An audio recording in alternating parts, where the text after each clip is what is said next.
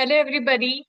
Me and Dr. Charu, we both are starting our weekly wisdom series, and here we'll be talking about very different topics every time about the life skills, and that can help you to get insight from the PhD research point of view also, and also from a certified life coach. So my name is Prachi Patele. I'm a mindset and manifestation coach, and today's topic is courage to be disliked. It is a very wonderful topic, and I'm super duper excited to discuss this with Dr. Charu. Hi, Charu. How are you? Hello everyone. Hello Prachi. Thank you for joining in. So Charu मुझे याद है कि हम लोग ऐसे ही casually बात कर रहे थे and you talked about that you are reading this wonderful book so आपने मुझे भी इतने अच्छे से बताया कि this is something about courage to be dislike and I was so amaze कि यार हमने करेज की तो बात सुनी है. Courage is very important. Courage is very important for a person who has very low self esteem. Confidence बढ़ाने के लिए चाहिए है. पर कोई अपने आप को क्यों कभी भी डिसलाइक होना चाहेगा? एंड आपने बताया था कि यार मैं लाइफ स्किल्स की रिसर्च के पर्सपेक्टिव से इस टॉपिक को काफी डीप में स्टडी किया है. So first of all, before we start our topic, Charu, can you just talk about your research about the life skills? Over to you. Okay. So Prachi, as you know, but for all of the audiences, so I'm an educationist turned life coach, and I've chosen this path because of this research only. जब मैं PhD कर रही थी life skills पे, तो क्या पाया कि 21st सेंचुरी में किस तरीके से लाइफ स्किल्स डिटेरिएट कर रही हैं। और इन सबके मिड्स में मुझे यही समझ में आया कि लाइफ स्किल्स कितना इंपॉर्टेंट एस्पेक्ट है, but somewhere down the line हमारे एजुकेशन सिस्टम में ये लाइफ स्किल्स हम समझ नहीं पा रहे हैं, हम समझा नहीं पा रहे। WHO एक ऑर्गेनाइजेशन है, वर्ल्ड हेल्थ ऑर्गेनाइजेशन, उन्होंने 10 sets of life skills quote करी, जिसमें एक्चुअली में जो लाइफ की रियलिटीज हैं, लाइफ के चैलेंजेस हैं, हम कितने अच्छे से उनको फाइट आउट कर सकते हैं and make our life more happier, prosperous and fulfilling. So these were like self-awareness, critical thinking, creative thinking, empathy, coping with the stress, coping with emotions. So there were 10 sets. Different organisations ने क्या किया, उनको different dimensions में बांटा. किसी ने उसको social psychological, socio economic skill बोला, सोशियो साइकोलॉजिकल स्किल बोला. फिर आता है, जब मैंने अपनी रिसर्च करी तो उसमें एंशियंट फिलॉसफी से मैंने ड्रॉ किया कि 3 पैरामीटर्स अगर हम अपने लाइफ में पकड़ के रखें, that is courage, compassion and wisdom.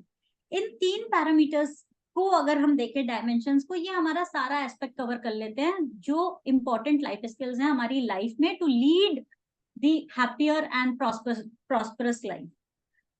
तो यहाँ पे जो करेज जब मैंने फाइंड आउट किया काफी रिसर्च रिव्यू के बाद, तो courage is exactly the ability of a person where he or she gets to know, take that first step, and have that power in his heart to change his life, to change the reality or change the present condition of his life. That very first step, that is courage.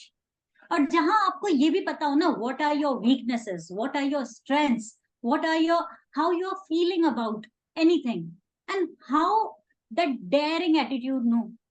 वो देखा है, like जैसे बच्चा crawl करता है, जब बच्चा crawling stage में होता है और वो दूसरे अपने जो आसपास के लोगों को ना 2 पैरों पे चलते हुए देखता है, तो उसको लगता है यार ये तो खड़े होके, मतलब 2 पैरों पे खड़े होके बिल्कुल चल रहे हैं और मैं घुटनों के बल चल रहा हूँ, ऐसा कैसे?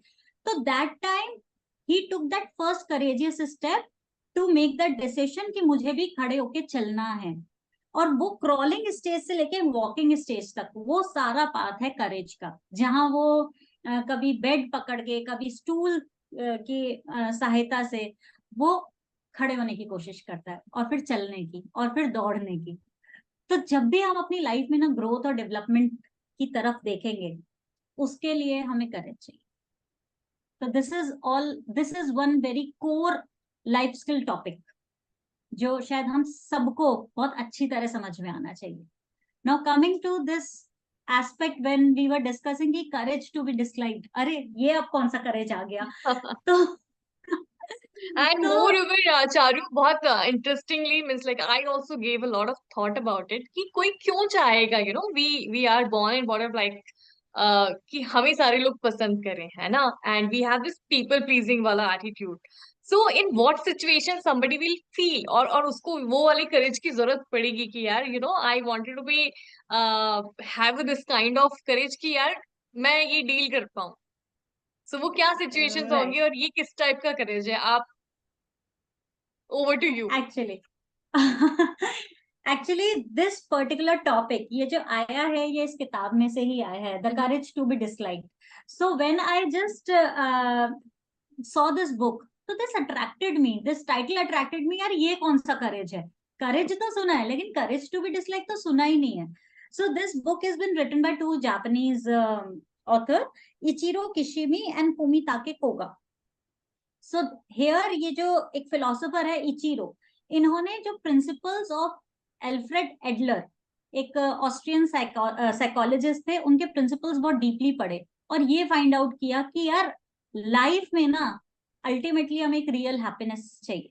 अल्टीमेटली जो हमारा पर्पस है, गोल है लाइफ का, that is to attain that real और एब्सोल्यूट हैप्पीनेस. बट वो हम अटेन कैसे करेंगे? उसके उसको अटेन करने के लिए जो प्रोसेस है, that is this path, that is the courage to be dislike. और इन्होंने बहुत ब्यूटिफुली इसको डिफरेंट डिफरेंट डायमेंशंस में अपने रीडर्स को समझाया है.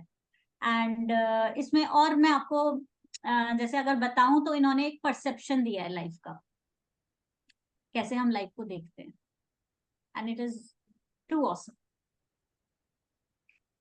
सो Charu, how it is different means like आप परसेप्शन की बात करिए, एंड आई बिलीव परसेप्शन तो वो होता है ना कि हम हमारा एंड गोल क्या है और मे बी हमारा विजन क्या है, और हमारा जो विजन है उसके accordingly we see the world, right.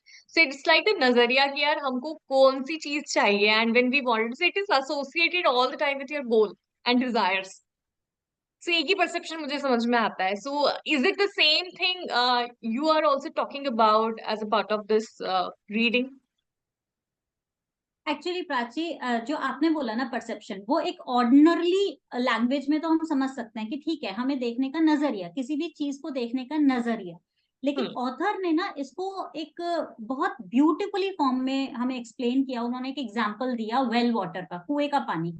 तो उन्होंने बोला कि हम लाइफ को ना सिर्फ दो एंगल से देख पाते हैं, या तो ऑब्जेक्टिव या subjective. And most of the time we feel life, we perceive life in a subjective manner. तो वो जो वेल वाटर का एग्जाम्पल था, वो कुछ इस तरीके से था कि जो कुएं का पानी है पूरे साल वो 18 डिग्री टेम्परेचर का ही रहता है, मीन्स उसका जो टेम्परेचर है वो कांस्टेंट रहता है. बट अगर आप उसको विंटर्स में पियोगे तो वो वार्म लगता है, आप उसको समर्स में पियोगे तो वो कोल्ड लगता है. चेंज कहाँ है? Well water is not changing, the temperature is not changing, what is changing, the seasons are changing. और उसकी वजह से वो चेंज आ रहा है. और यहाँ पे जब हम लाइफ की बात करते हैं तो life is always same for everyone, but for some it is scary, but for some it is easy. तो it is about that subjectivity और the meaning we give to that particular situation, to particular incident. So that is where author is beautifully defining this perception. Wow, I think it is a bulb on moment. I think you're talking about the choices maybe. I think if I understood correctly, कि perspective ये होगा कि यार water तो same है और maybe the situation and the environment is same, but कोई decision क्या ले रहा है, अपनी choices क्या बना रहा है. तो I think yeah, I correlated with the choices. So अभी जैसे आपने बोला, so I feel that when you are talking about कि चॉइसेस होती हैं, तो चॉइसेस इंसान हमेशा अपने पास्ट से रिलेटेड होके लेता है. कभी किसी ने अगर कुछ बहुत ही गंदा से एक्सपीरियंस किया हुआ होता है तो उसके बिलीफ सिस्टम उस बेसिस पे बन जाता है, and may be based on that उसका परसेप्शन भी बन जाता है, राइट. अगर जैसे मैं Right. अगर आपसे ये बात करूं, अगर हम रामायण की बात कर लें, तो कुछ लोगों का मानना होता है कि यार राम जी तो बड़े बुरे से इंसान थे, he was a coward kind of person, because उन्होंने अपनी वाइफ को उतना नहीं, उन्होंने एक्सेप्टेंस रही उनकी। और कुछ लोग कहते हैं कि यार वो तो बड़े मर्यादा पुरुषोत्तम थे, उन्होंने ना अपनी प्रजा के हिसाब से चीजें करी है, right? So here as a third person, मेरा perspective either it can be like this और it can be like this. अब उसका बेस कैसे बन रहा है? जो मैंने चीजें सुनी है ना? सेम गोज विथ, अगर एक कुछ ऐसा इंसिडेंट हो रहा है, maybe it's a death और maybe it's a you know something unusual at a border, अगर हमारे सोल्जर्स किसी को मार रहे हैं, so we take it lot of pride कि यार ये तो हमारे देश के लिए बहुत अच्छा कर रहा है। But at the same time अगर कोई टेररिस्ट अगर किसी के साथ में ऐसे कर रहा है, और मे बी JNK में अगर कुछ हो रहा है, so we feel so disturb कि यार ये ऐसे कैसे हो रहा है, but the event is same. सो आपका इसमें Actually, क्या yes. मानना है कि कोई कैसे अपना परसेप्शन को चेंज कर सकता है? Of course means like there is a good perception और गुड चॉइसेस, बैड परसेप्शन और bad choices.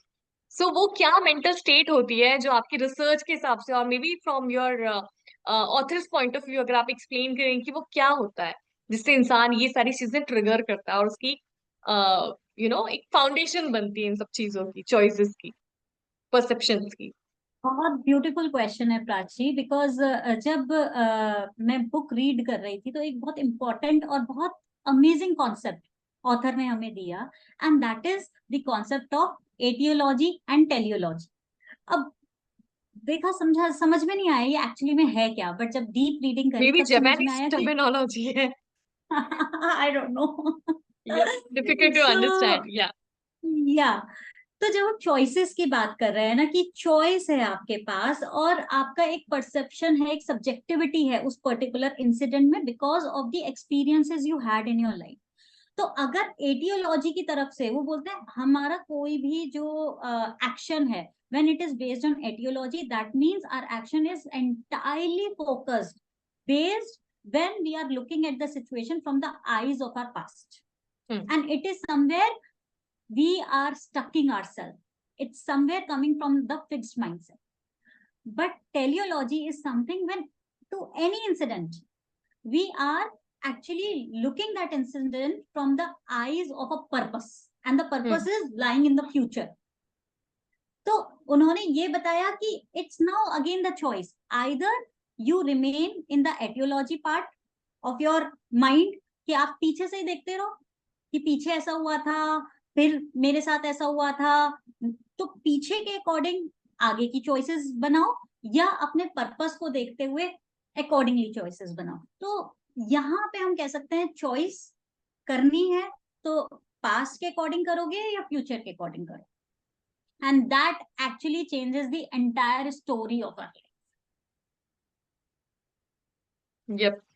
Wonderfully explained, Charu. But आप एक बात बताइए, जैसे कि we both are on the self development journey, and हमने काफी बार एक्सपीरियंस किया है कि whenever we wanted to break any kind of pattern, और या हमें कुछ नया भी करना होता है, तो हमें कहाँ से वो परसेप्शन मिलती है और हमें कहाँ से वो एक स्ट्रॉन्ग एक जील मिलती है कुछ भी करने की? पास्ट एक्सपीरियंस की बेसिस पे, राइट? अगर हम एक बार फेल हुए हैं, दो बार हुए हैं, तीन बार हुए हैं, तो हम थोड़ा सा डीमोटिवेटेड रहते हैं। बट अगर हमने वहीं पर एक करेजियस स्टेप लिया, maybe one time we got little win, फिर हम हमारी विन बढ़ती चली गई, तो उससे मोटिवेशन भी आता है। तो कॉज पास्ट जो होता है वो हमारे लिए कभी कभी पॉजिटिव भी हेल्प करता है हमें मोटिवेट करने के लिए, और कभी कभी होता है कि नेगेटिव भी, अगर ये नेगेटिव रिजल्ट्स ले रहा है तो। पर most of the time based on our past experiences, कभी कभी हम ना अगला स्टेप ही नहीं लेते हैं। For example, when it's like I came, you know me very closely. I came from a very small town, and I grown up with very humble family and very strong orthodox ब्राह्मण family. तो वहां पे लड़कियों के लिए एक अलग से ही रिस्ट्रिक्शंस थे, है ना? मेरा भी वो जो एनवायरमेंट था, तो I had very low self esteem because of the background and upbringing. So जब भी मुझे कुछ होता था कि यार I wanted to do something like this, और आई हैड सम विजन कि यार मुझे मेरी लाइफ ऐसी चाहिए, पर जब मैं पलट के देखती थी तो मुझे लगता था यार ये तो भी हो नहीं सकता ना, because nobody came out from from this zone, and parents को भी हम वो नहीं कर सकते हैं, दुखी नहीं कर सकते हैं, और हम अपनी लाइफ अपने हिसाब से कैसे जी सकते हैं? सो समथिंग पास्ट हमें हमेशा ब्लॉक करता है। आप कैसे सजेस्ट करते हो? We know that there are some techniques, but what author is saying, how we can detach ourselves with our past experiences and still go ahead with our brighter future. या तो Prachi, for this ना, एक आपने बहुत important यहाँ पे बात कही कि जब मेरे लाइफ में ऐसी सिचुएशन अकर हुई कि मुझे आगे भी जाना है और लेकिन पीछे भी कुछ है, वो पीछे का हम्म। कुछ मुझे पकड़ के रख रहा है। तो the whole concept of courage to be disliked is about this only, कि वो पीछे कुछ ना कुछ तो आपको पकड़ेगा ही, लेकिन आपको उसको कैसे, अपने जो एंटेंगलमेंट है और जो अटैचमेंट है उसको कैसे ब्रेक करना है, कैसे अपने आप को लिबरेट करना है। और उस लिबरेशन के प्रोसेस में the very key important part is when you just take a big leap and overcome all your fears. तो हमारे ना बहुत सेवरल फियर्स होते हैं। Fear what other people will think, hmm. Fear what if I get fail, fear what next. तो इस तरीके के जो फियर पैटर्न्स हैं, क्योंकि पास से ना ये फियर ही आ रहा है कि अभी तक राइट। पहले तो कभी किसी ने किया नहीं, अब मैं ये कर रही हूं तो शायद मैं फेल हो गई तो हो, दुनिया क्या कहेगी, लोग हंसेंगे।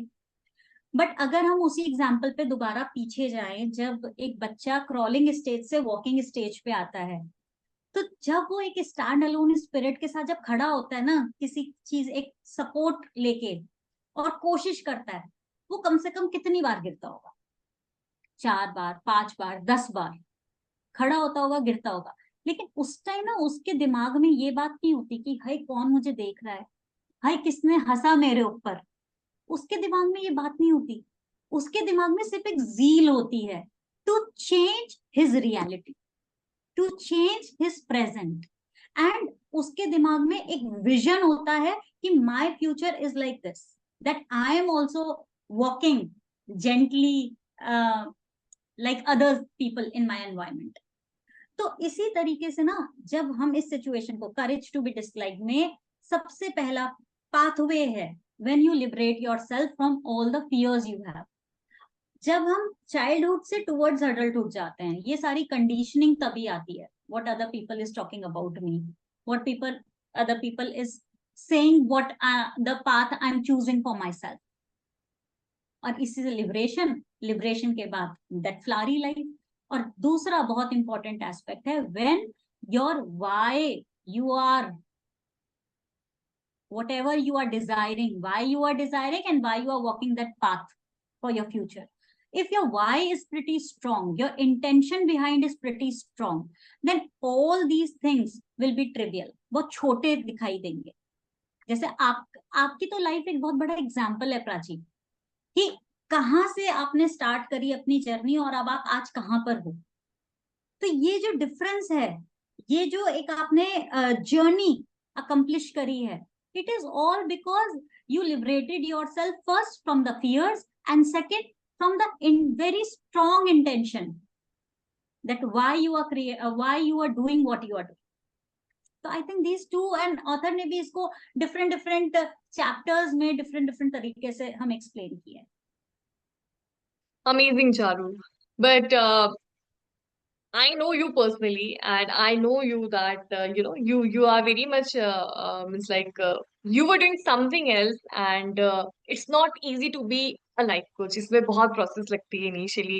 You are already have a wonderful degree. आप कुछ और भी कर सकते थे, but आपने ये path choose करा, and it's not easy हमेशा कैमरे पे आना, हमेशा अपनी बातें लोगों तक पहुंचाना, और whatever we do, we take so many classes and everything, but still हमें हमारा अभी अगर देखा जाए जो पर्पस है, that is also taking little time. तो आपका क्या स्टोरी था and from where you got all these courage? So this is, I know this is very inspirational story, but आप जब ये सारी प्रोसेस कर रहे थे तो आपके दिमाग में क्या चल रहा था and how you have made your why very strong? कभी कभी होता है प्रोसेस में लोग शुरू तो करते हैं, everybody knows what is right what is wrong, everybody know that how to build a good perspective and the and leave the bad perspective, make a good choice and the leave the rest of the things, right? But बहुत बारी होता है हम लोग ले तो लेते हैं डिसीजन, बट कुछ ना कुछ होके वो या तो कंसिस्टेंसी टूट जाती है या फिर हमारे अंदर वो एबिलिटी नहीं रहती है कि यार हम लोगों को कैसे फेस करेंगे, लोग people will make fun fun of us. So फिर उसको कैसे करना है, तो आपने वो सारी सिचुएशन को, आपने उस चीज को कैसे डील करा, and how you became the person you are right now? Prachi, it's actually very personal question, and ये मैं एक्चुअली में सभी को बताना चाहूंगी कि इस जर्नी में बहुत करेज लगा। क्यों? क्योंकि जो डिग्री थी वो तो ऐसी डिग्री थी एज एन एजुकेशनिस्ट, मुझे जाके किसी कॉलेज में पढ़ाना था। बट जैसे ही मैंने वो ट्रेजेक्टरी चेंज करी, तो there were so many questions from the outside world that why I am doing what I am doing, but that why was pretty strong with in my heart. और वो ये कि जब लाइफ स्किल्स के दौरान मैं फील्ड में उतरी और मैंने स्टूडेंट्स को, टीचर्स को उस फेज में देखा कि जहां उनको एक्चुअली में अवेयरनेस ही नहीं है अपनी स्ट्रेंथ्स की, अपने वीकनेस की, एंड उनका ना समवेयर बहुत ऑटो पायलट मोड में हमारा एजुकेशन सिस्टम जा रहा था। तो एक चीज तो क्लियर थी, मुझे यही समझ में आया प्राची कि फिजिक्स, मैथ्स या कोई और सब्जेक्ट ले लो, हिस्ट्री, ज्योग्राफी, तो कोई भी पढ़ा देगा, लाइफ कौन पढ़ाएगा? तो ट्रू। लाइफ पढ़ाने के लिए I have chosen my self. उसके बाद जब मैंने बोला ना, करेज का एक लाइफ स्किल्स के पर्सपेक्टिव में एक मतलब और है, जहां पे हमें अपनी स्ट्रेंथ का भी पता हो और अपने वीकनेसेस का भी पता हो।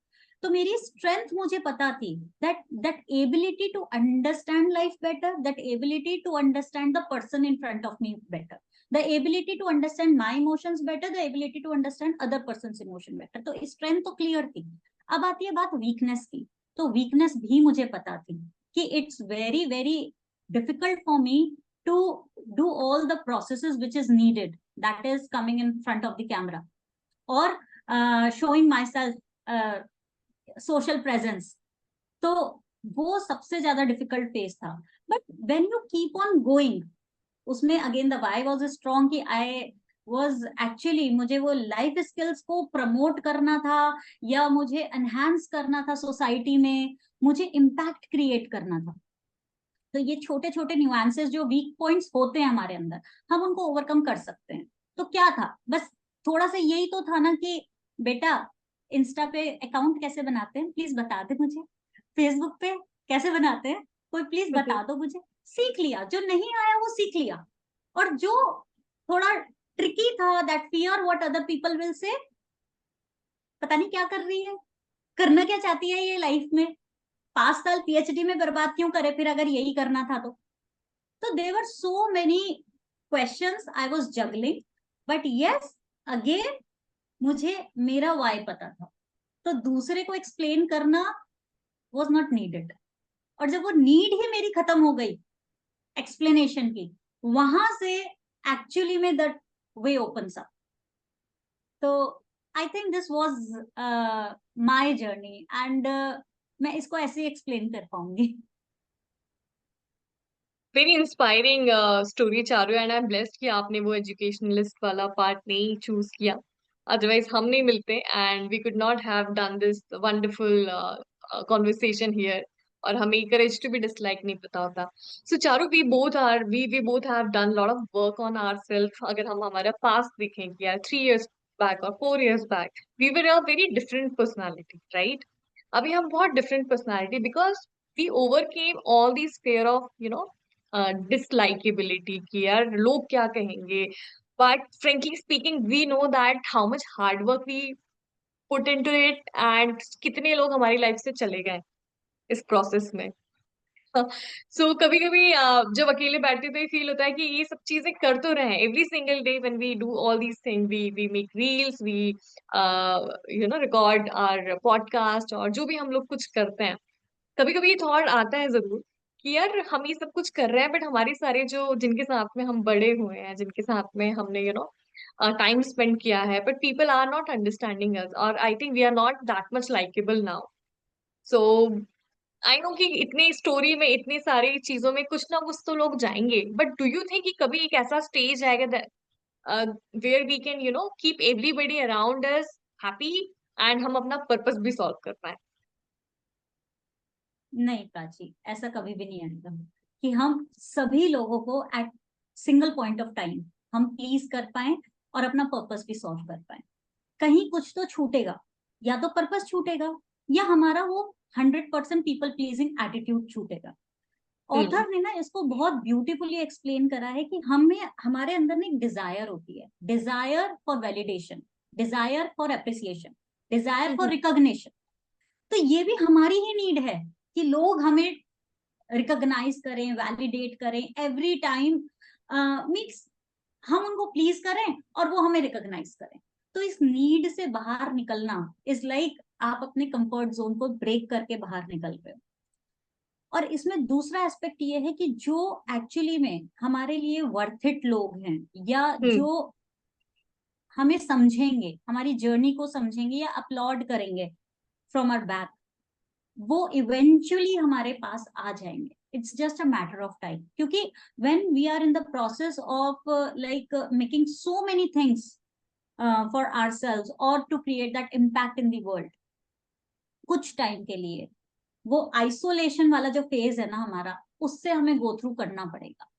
बट वो फेज बहुत लंबे समय तक नहीं रहता, क्योंकि इवेंचुअली सारे लोग आ जाएंगे। बट वो जो आपने बोला ना कि हम एक ही समय पे क्या सबको प्लीज भी कर पाएंगे और पर्पस भी सॉल्व कर पाएंगे, वो नहीं हो पाएगा। तो वो एक समय पे नहीं हो पाएगा। Lovely, now I got a very wonderful insight कि वो जो गिल्ट फील होता है कि यार हम हमारी लाइफ में आगे बढ़े जा रहे हैं और कुछ लोग छूट रहे हैं, सो अभी वो गिल्ट नहीं है। Wow, Charu, I think it's very interesting conversation we are having, very deep, intense conversation we are having right now. So, but I think we have already came to uh, end, and I wanted to know अगर आप एक single word में और maybe one liner अगर आप advice देना चाहेंगे कि अगर किसी को करेज टू बी डिसलाइक वाला कॉन्सेप्ट को अगर अपनी लाइफ में निकालना है and you know be very much focused about the purpose without thinking कि यार लोग क्या कहेंगे, so what is that one liner thing जिससे वो इंसान करेज की साइड पे अग्रसर हो सकता है? We are talking into that kind of language. हाँ, ओके। तो इसके लिए ना अभी के लिए वन लाइनर है, डिजायर फॉर रिकॉग्निशन त्याग दो। त्याग दो। त्याग दो।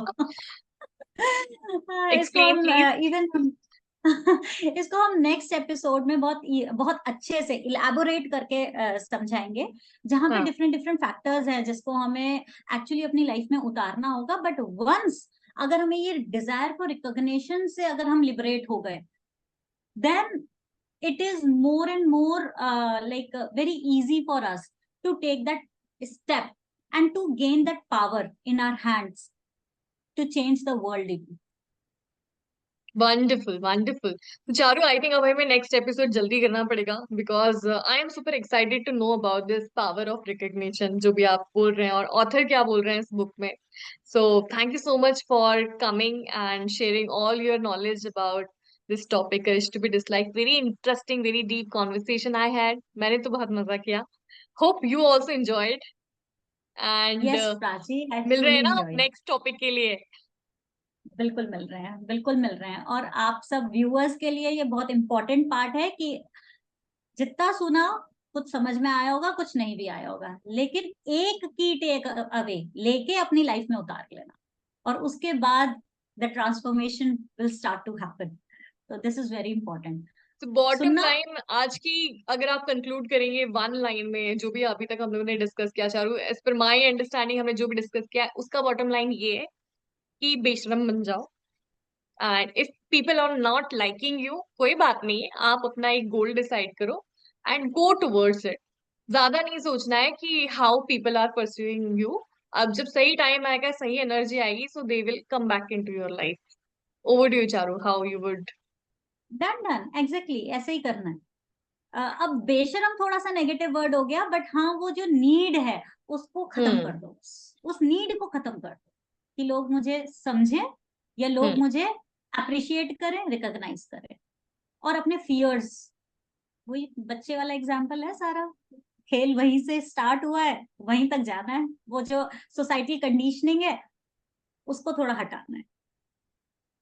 लवली चारू, आई थिंक अभी तो ये टॉपिक से मुझे फिर आ रहा है कि यार ये तो सेल्फ कंपैशन का भी we can you know there is a very strong role into this. So या हम लोग सारा ये सारे टॉपिक्स हमारी फर्दर सीरीज में हम लोग कंटिन्यू करेंगे। सो thank you thank you thank you so much Charu. Thank you for coming here and taking out time from your busy schedule. Lots of love. Thank you, Prachi. Thank you all. Thank you, everyone. Bye Thank you, bye. everybody. Bye bye.